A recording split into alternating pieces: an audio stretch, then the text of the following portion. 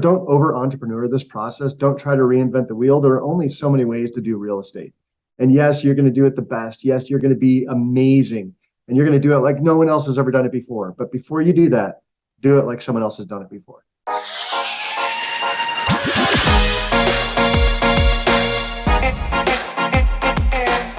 Hello and welcome to episode 110 of the Smart Agents Podcast. My name is Michael Walter and I'll be your host.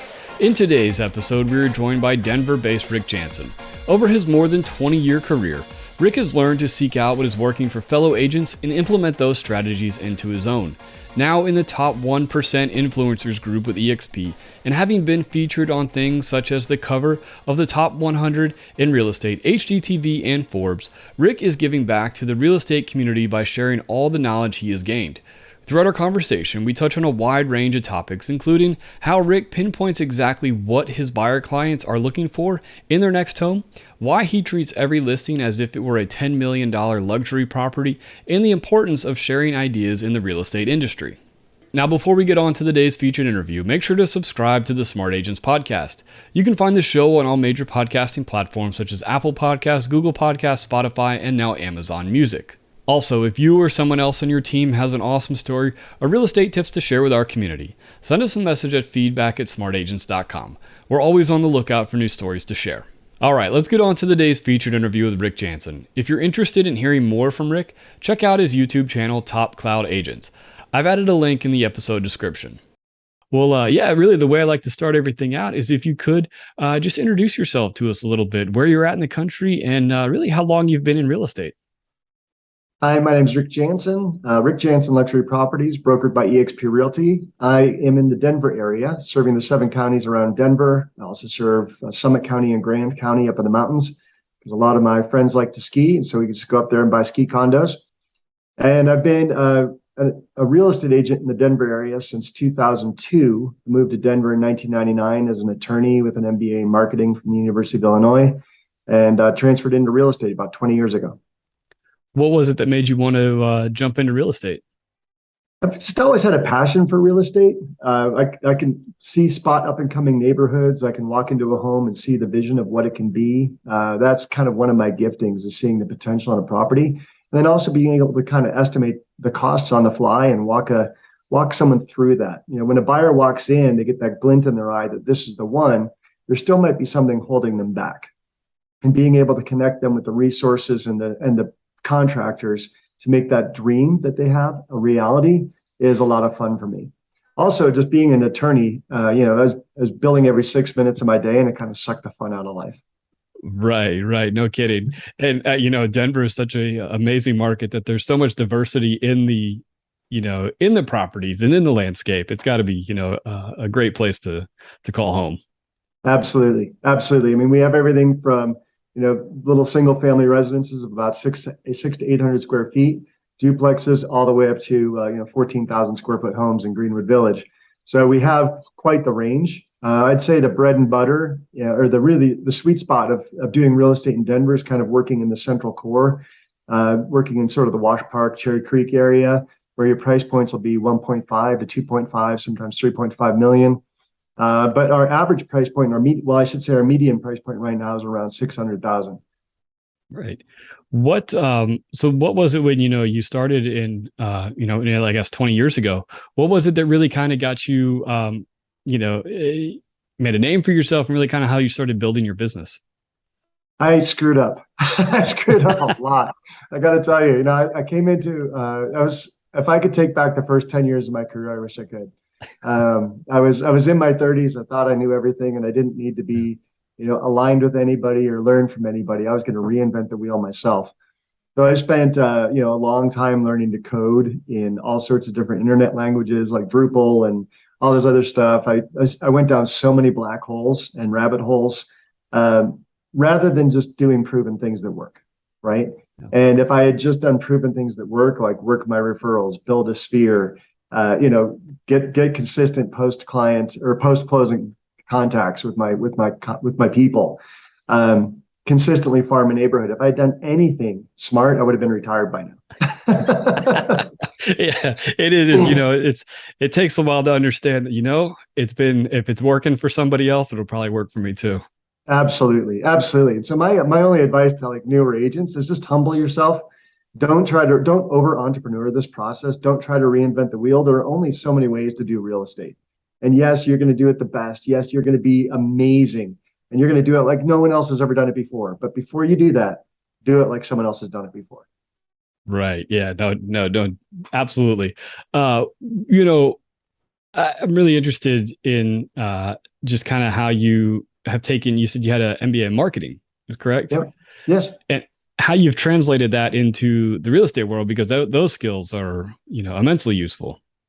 Yeah, and part of it, I take a lot of what I know from school for granted, right? And a lot of what you actually learn in school is not applicable to real life. Right. But like I was a licensed attorney for many years, so writing a contract for me in real estate where you just plug in blanks is really super easy. I can smoke those off in no time. The same thing is probably true for the MBA in marketing, right? I understand and grasp when concepts work probably faster than someone else would, but I'm not creating anything new anymore. So I'm just identifying systems and tools that work and plugging them into my business. Right. Tell me about, kind of building your business and your network that you have now, and tell me a little bit about what you're doing now. So are you talking from an agent standpoint or from a client standpoint? Yeah, I guess from your business itself. The I want to make sure I'm pronouncing it right. The Realm Global. Well, so Realm Global Network is something that I've been fortunate enough to be invited into. Realm is it's probably like I think the top 1% of agents in the world, luxury agents. And it was created by Julie Foppel out in Jackson Hole. And her idea was to enhance the personal relationship through technology. And so Realm is a network of agents, the number, Gary Gold, who sold the Playboy Mansion, right? That kind of agent, that level of agent is in our network. And Julie's built a technology or had built a technology underneath her in Realm that is a really robust way to connect off-market buyers with off-market sellers and spot sort of the lifestyle need that someone might have and say, hey, I'm looking for something with fly fishing and a ranch and this and that. And when we input our listings based off of lifestyle, someone who's not, someone who said, hey, I may be looking for this someday, it'll go out into that buyer agency network, and that buyer agent can spot our listing and connect based off of lifestyle rather than just by address. Right. I think that's for your market in particular, that's a great tool to have. Yeah, absolutely. And I was fortunate enough to be featured on the Great Luxury Lifestyle Migration. And there is a lot, and that's something put out by Sandow TV, but that there is a great lifestyle migration that's been happening, right? People are moving for lifestyle more than they're moving just for, I want 3 bedrooms and 2 baths or whatever. They're looking to say, what can I do with my life? How can I connect with my family, my friends? How can I have a life outside of work? And how can my home be a tool that allows me to have the lifestyle I want? Right. So how do you take that part of it, the lifestyle part of it, and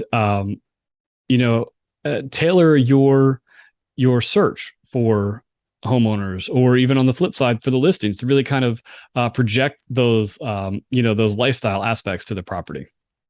Sure, and it varies based off of the property, right? So sort of a lot of the homes in Denver are going to kind of be grouped by neighborhood. You might have a great school, which you can't really advertise anymore. You might have a great walkability score, which you can advertise in certain ways, right? There are a lot of what you have to do and how you can market it right now is so kind of handcuffed by MLS, by all sorts of legal guidelines that we have on how we can market, and that's fine and totally understandable, right? Because someone might not be able to walk to a park, they can take a wheelchair to a park or whatever. So we have to be very sensitive to all those things. And I really, really appreciate that, especially as a former attorney. But within the Realm network, when you're marketing a property that's 3 million, 5 million, 50 million, $100 million, there's a different lifestyle associated with those properties that when you're inputting it into the Realm network and into that software, you can plug a lot of different lifestyle attributes that are all sort of proprietary within that search engine. That when I say have a new listing in Hilltop, for example, great neighborhood in Denver, I can input lifestyle characteristics that are totally legally compliant with all the restrictions on every realtor. that will still alert agents in New York and California and Alaska to my property and perhaps draw them in. Right, right. And especially, for properties like that, it is, it's people that live across the country or out of country that are looking for that, that place, that new, place to kind of maybe retire to or have the summer house at. Yeah, and it might be a skiing property, a golf property, a fishing property, something, there are ways you live your life that can be described that are completely legally compliant. Am I being too analytical? Am I being too cautious? No, I think it's great because, honestly, people need to know that. Like, you can't just go out there and say, all these, you can't just list off a whole bunch of things anymore. No, you can't. I mean, for a while, I was doing a series where I was interviewing, well, I'll put it this way. We have 3 elementary school kids. And when we started getting the kids into elementary school, my wife would line up interviews with principals and I would get off work and she'd get off work. And we'd, at 11 o'clock in the middle of the day, we'd cancel our schedules, go in and interview a principal. And so I said, well, this is a big inconvenience, not only for our family, but it must be an inconvenience for every family. So I started doing video interviews of principals in all the public schools saying, hey, why don't you virtually tour with the principal? And this is before COVID. But why don't you virtually tour with the principal before you go over there to see if you even like the school, to see if it's worth your time? And it was a great series for as long as it lasted. But then all of a sudden, you can't say that something is a great school because now it's discriminating against others who can't maybe get into that school. So I've dropped that series, but there still is an attribute to that people are looking for, right? They still go to great schools' website and see if it's an 8 out of 10 school. We just can't reference the website. Right. Yeah, absolutely. So, as you've, grown over your career, and like you said, those first 10 years, you wish you would have kind of a little redo on. But, what is it that you think that, that you're doing? Because I was reading, a lot of the reviews and everybody had, some of the main themes that came up was just about the time that you took with people to really get to know their needs. And then also just, your market expertise and having all those different areas to cover, just really knowing each individual place is like the back of your hand. And you really do have to know that. When I say that I cover a wide area, people can say, well, you can't do that because you can't know it all. Well, you can know it all if you spend the time to study the data. And it is a data-driven business, right? So you have to know if you cross this road, what it does, how it impacts the value of the home, because it can literally in Denver be as simple as crossing a traffic light. And if you go to the other side, your price drops by $100,000.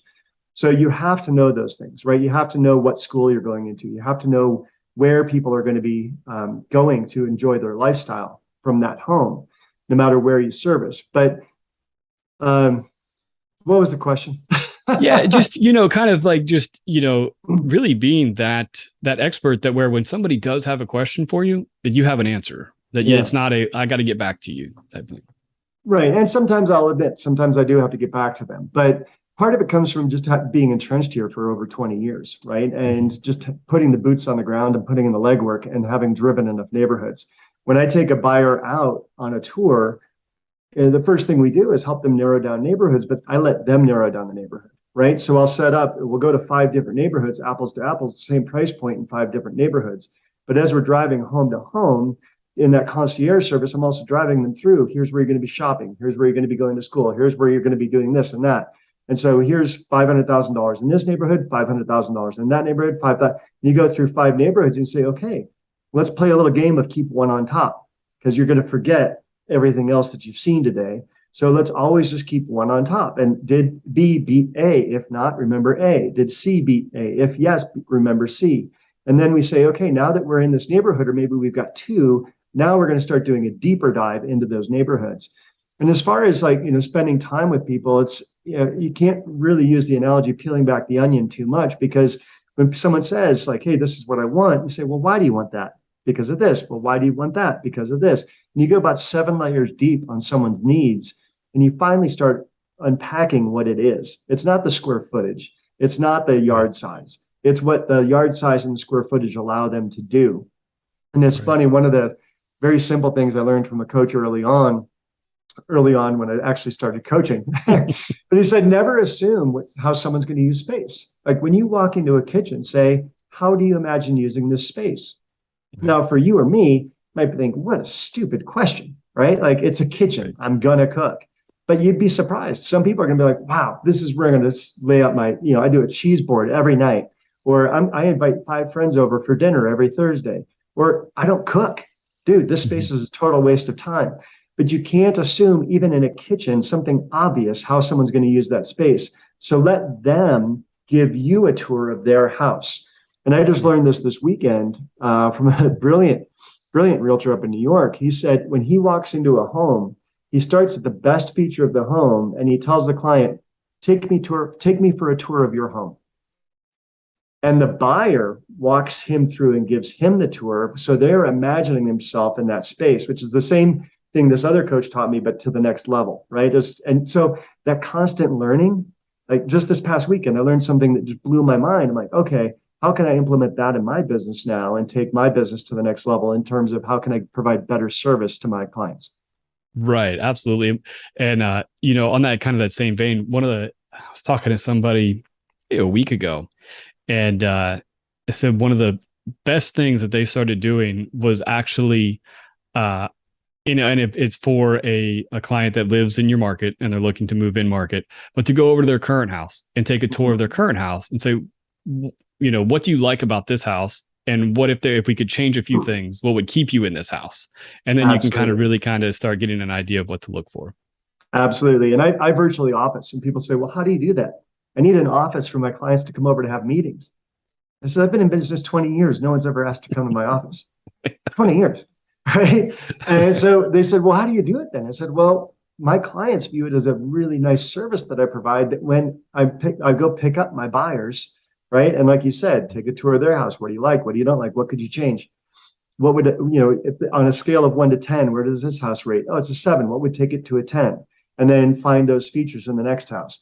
For a seller, like I send over my pre-listing video, I send over my pre-listing website and package, and then I say, hey, I want to spend my time at your house, not going through an hour-long PowerPoint that you've seen from 14 other realtors. I want to spend my hour in your house getting to know your needs, what's going to make this a special experience for you, as well as what makes this home so special that it's going to sell for more for price per square foot than any other home in the neighborhood, right? So you spend that time at someone's home, not doing a listing presentation. That should already be done. You spend that time in the home connecting and bonding and building a relationship and really unpacking the needs and the wants and the desires of the client. And that's where you add your value. Right. When you're, talking specifically about the sellers, when it comes to marketing the homes Mm-hmm. and these listings, you know, especially, looking at some of the listings on your website, I mean, they're beautiful homes. What, how are you tailoring each, marketing package for the specific properties? I just bring the same level of quality to every home, regardless of price point. Mhm. And I did not stop doing that even during COVID when everything was blown off the market in 2 days. I'd still do everything for every home, right? And maybe that just goes back to my marketing degrees. Is that Mercedes is not that much different from a Honda in terms of you have cooled seats, you have a screen on the dashboard, you have leather, whatever it is, 4 wheels, smooth ride, auto distance monitoring on when you're on cruise control. But Mercedes sells for a lot more than a Honda. And yes, part of it's quality, but part of it's perception, and part of it is the marketing they Mhm. do elevates that car into a different status level. And so even when I'm doing a $300,000 home, I market it like a $2 million home because what I've found is on a $300,000 home, $5,000 matters a lot more than on a $3 million home, right? $5,000 is make or break for someone, even at the $500,000 level. $5,000, if you found it on the street, that's a lot of money, right? $1,000 is a lot of money. So I try to get every $1,000 for my clients every time I market. So yeah, we're doing a 6-page brochure. We're doing videos. We're doing walkthroughs. We're doing flyovers. We're doing 3D models, floor plans, professional photography. We unleash the entire marketing package on every single home, so that when they come to me, like I was doing this listing for next that's going live this week, I send her the pictures. She's like, "Oh my gosh, my house is beautiful." Right? That's what I want someone to see online because all we can do is draw people off from offline into the house.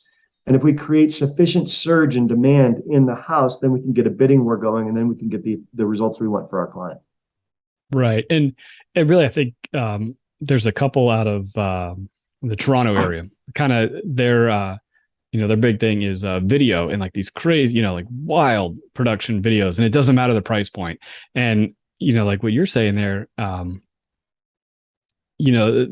on the lower end, it really makes the home sellers feel, like really special about their house and everything. And it, what they found is that these people are coming back to them time and time again to relist with them or maybe buy their next property because they see the care that you've taken on their listing. Right. And you don't know if the video is going to sell the house or not. You don't know if the single property website is going to sell the house. You don't know if the 3D model is going to sell the house. But what you do know is that when the seller comes to you and says, thank you for selling my house, or more importantly, when they say, why isn't my house moving, right? Especially in the shifting market, you can say, hey, there are only two things we can control. One is the marketing and one is the price. Is there anything that we've left out of our marketing? And I always want them to say no, right? Because we've turned over every single stone. We've done everything possible from a marketing standpoint. That's why I always say with the marketing we do, with the emphasis on we, right? With the marketing we do, there's nothing left unturned. And I never want a seller to say, well, you didn't do that. Well, you didn't do that. Well, what about this, right? Like, no, we did that, right? They're not going to be able to find a reason to go to another realtor. They're not going to be able to find a reason to go to another brokerage because we've done everything and at the highest possible level, which leaves price, right? So there are two things that are going to move a property, marketing and price. There's one left, right? And we have the pricing discussion right up front in the initial listing presentation of, hey, here's our expectation of how long we're going to be on market or how many tours we're going to have before we realize there may need to be a price reduction. But I try to also price things so that we don't have a price reduction, right? Yeah. And obviously with the way the market has been the last 2 years, kind of where it's going now, how do you have, keeping people that maybe you're ready to list now, getting them back on the thought that, hey, what was going on in June, March isn't necessarily happening right now. Yeah. March was funny money, right? So March, February and March, homes were selling for ridiculous amounts of money. The way you keep them on track right now is you say, hey, look, that was funny money. And you dismiss it kind of as a joke, right? But year over year right now, we're still up about 11%. And so when history looks back at this year, they're going to see a price increase, right? Now, you may have missed the lottery, the mega millions, but you're still in the millions. And so we are still in an increase and we are still in a place where you could transition. And people aren't moving right now because it's like, people had been moving because they just wanted to cash out. Now people are back to basics, right? Now people are back to the 2018, we're back at 2018, 2019 interest rates or whatever. We're back at 2018 demand. This is healthy demand. This is we're at 1.5 months of inventory in Denver, which is fantastic. And it is a seller's market still. So you talk to them about the fact that it is a seller's market. You draw the parallel between a market they've experienced that was healthy and robust to right now, which is a market which is healthy and robust. And you say, hey, there is still this increase over last year, but we need to price reasonably. We have to price with expectation and value so that we can't do that aspirational pricing anymore. That just doesn't work. So let's price it reasonably, look like a good value, and then let's drive the price up because the market will always punish overpricing and it will reward underpricing. Supply and demand is always going to fix an underpricing problem. Right. Supply and demand will punish overpricing. Right. And by doing the marketing that you're doing and, really making these homes, really kind of shine, you're bringing a lot of attention to them. Absolutely. And I've had this debate with realtor friends of mine, like what's more important, marketing or price? And they always come back to price. And I say, well, yes, price is very, very important. You can't overprice. You need to price reasonably, as we've been discussing. But unless your marketing shows that price is a value, the price is irrelevant. Because if you post one picture of a cell phone, with you in the bathroom mirror and bad backlit, blinding light out of a window with dark couches, you can price rock bottom, but people won't understand that that's a value. But if you do luxury marketing for every property, they're going to see the value in the price that you post. And now they're going to want to come tour the home. Right. Tell me a little bit about, the with EXP, the 1% influencer, and how, having the experience with the coaches that you have, what that's really kind of done for your career and what you're wanting to do. Sure. So I partnered up with Tim and Julie Harris a while back. Very influential coaches, fantastic people. They've had a terrific impact on my life. And I was supposed to be on a podcast like this with Tim and Julie. And Tim's like, "Hey, we're not doing that today." I was like, "What?" And he said, "No, I've just got one question for you. Why aren't you with EXP?" And I said, "Well, because I don't get it. I had a small brokerage, an independent brokerage for 16 years. I had a brand I liked. I had overrides I liked. I had commission splits I liked. I was like, I don't get the model." He's like, "Well, you're going to get it in the next half hour." And because he said, "This is the last great business opportunity of your lifetime. Make no mistake. Julie and I are risking our entire coaching business." At that time, they thought it was a risk. They said, "We're getting licensed. We're doing this. And because this is the last great business opportunity of our lifetime as well." When it turned out, it wasn't a risk. 3.5 years later, he's very successful. I've been blessed to have some success with it as well. Top 1% means out of 84,000 agents, I'm in the top 1% in terms of group size. I'm trying to get into 0.5. I'm never going to rest till I'm 0.2, 0.1, right? So there's always that sort of like, hey, I can keep climbing the ladder and making my group better. And because you can only grow a revenue share group at EXP if you're helping and serving others. And by helping agents in Seattle and Texas and North Carolina get the businesses they want, that's the only way that my business is going to be what I want. And so it's a really giving collaborative model. It's the only model I found, for example, where Tim and Julie have a financial incentive to reach down and help me, right? A coach, multimillionaire coach, top success, top 5 Amazon bestsellers, like the former number 1 realtor in the world, or in the country rather, according to NAR, they have an incentive to see me be successful. So when I sell a home, EXP pays them. I'm like, that's a brilliant model. And so my goal is to help my agents be successful and sell as many homes as possible.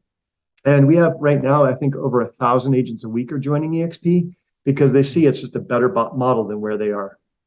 And I love it. Yeah. Right. Yeah. I just see the amount of training and collaboration and really cutting edge training. It's not just the same old, you really are getting, the top of the line when anytime some new technology comes out, you guys are always on the front edge of that. We are. And the leadership at EXP has been fantastic. I was down in Dallas a couple of weeks ago and was able to talk to Glenn Sanford, our founder, and ran into Jason Gessing, our CEO, and Dave Canord, our president, and Michael Valdez, our director of growth. I mean, I'm just running into them in the hallway, having conversations with them because I've seen them on Zooms. I've seen them in EXP world. I've had conversations and emails with them. Our leadership is very accessible, but they're also extremely cutting edge. And then one thing we also do is like every group within EXP kind of has their own value added proposition, right? So in our group, every Thursday at, I think it's like 10 a.m. Pacific, we have just an hour of coaching, agent to agent, free, no upsells, no pitch, no EXP pitch. Anybody from any brand can join it. This is just agents like myself, agents from all over the country who have achieved massive success, giving back, because that's what our culture is. And we want people to experience that. So every week, and people can reach out to me via text at 303-589-2320 to get an invitation to that. But every Thursday, we just do an hour of open session. And for half an hour, we talk about a topic, and a half an hour is Q&A. And it's just one way that we share what you would get inside of EXP, but we'd never pitch EXP. It's just agents helping agents become more successful. Right. I think that, that real, that collaborative model and that willingness to share ideas, I think is so, is refreshing. And it's also, it's really, it's more the way that society is kind of going in the business world now. It's not so cutthroat anymore. And I think it's just something that EXP has really saw early on.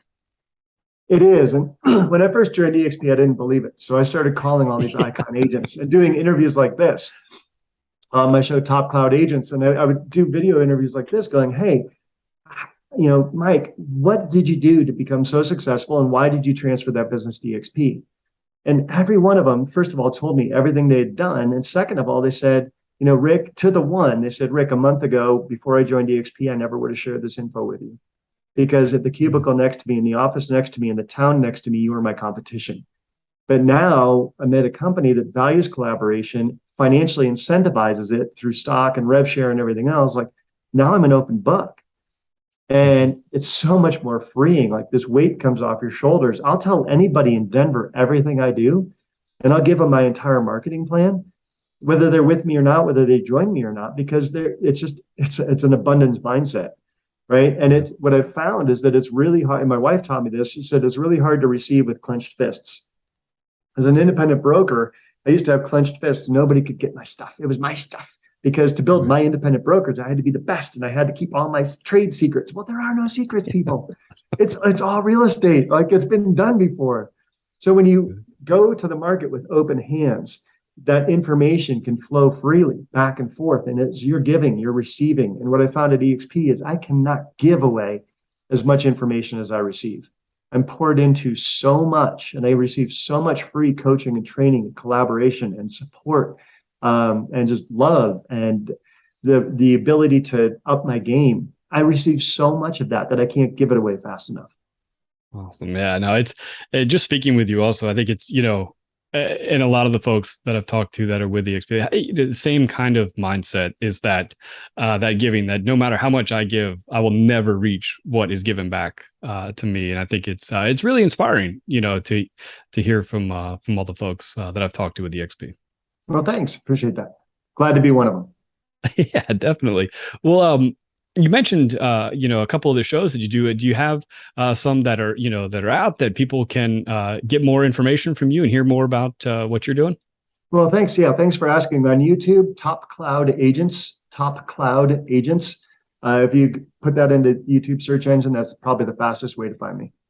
Awesome. Yeah, I'll search it and drop it into the episode description so that people can just click right on it. But I really appreciate you taking the time to talk to me today. No, I appreciate being invited. It's always a pleasure. I really want to thank Rick for joining us today. There's a ton of great information and really actionable items any agent can implement into their business jammed into a short conversation. And again, remember, if you're interested in hearing more from Rick, check out his YouTube channel, Top Cloud Agents. I've added a link in the episode description. So once again, if you think you or someone else on your team has an incredible story or tip to share with our community, send us a message at feedback@smartagents.com. Well, that wraps things up for this episode, but remember, follow the show wherever you listen to podcasts and make sure to subscribe to the Smart Agents YouTube channel. Again, I'm Michael Walter, and we'll see you on the next episode.